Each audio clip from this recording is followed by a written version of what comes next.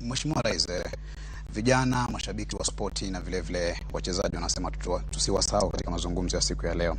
Michezo inaleta jamii pamoja. Hili umekuwa katika derby ya mashemeji na jana ulikuwa katika mashindano ya Kipkeno Classic uwanjani Kasarani. Serikali yako inafanya nini kuhusu kuinua talanta na vile vile ujenzi wa viwanja? Kesho kwa mfano nitapokea habari ya ile commitment nilifanya kwa watu wa Kenya ya kwamba nitaweka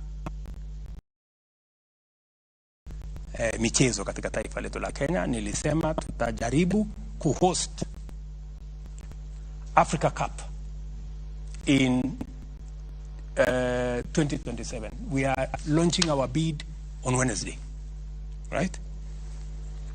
I was part of the people who came up with the sports fund because we wanted to reward, we wanted to create, because we have talent in Kenya. We have arts, we have the creatives, we have the sports talent in Kenya. We wanted to find a mechanism of promoting. That is why mimi nimelaumiwa sana. Wewe ulisema nini? Stadium.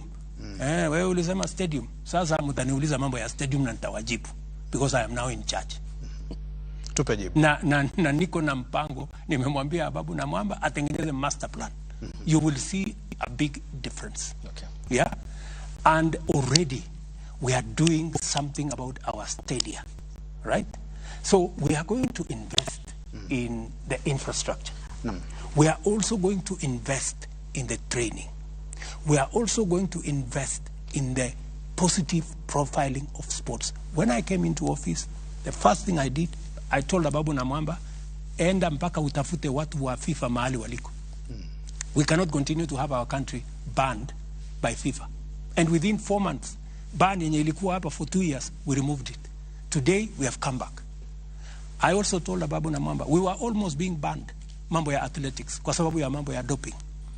We have invested $5 million, almost 600 million shillings, to make sure that we have the ecosystem to test our athletes. I think they do it now almost every week. Okay.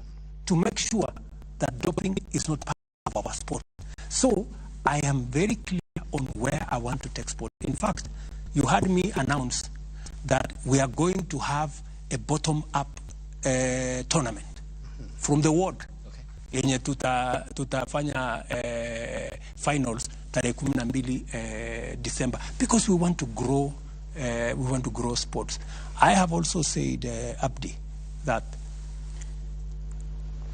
how do we positively profile, kwa sababu watu walikuwa wametoroka hata kwenda kiwanjani.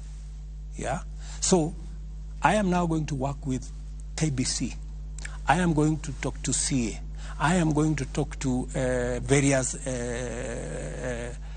sponsors so that we bring back the televising of all our sports, of our tournaments, of our league, and provide additional resources so that we create the unity, as my good brother here has said. All right. Sports brings us together. Okay, thank you, Mr. President. And allow me to take you back to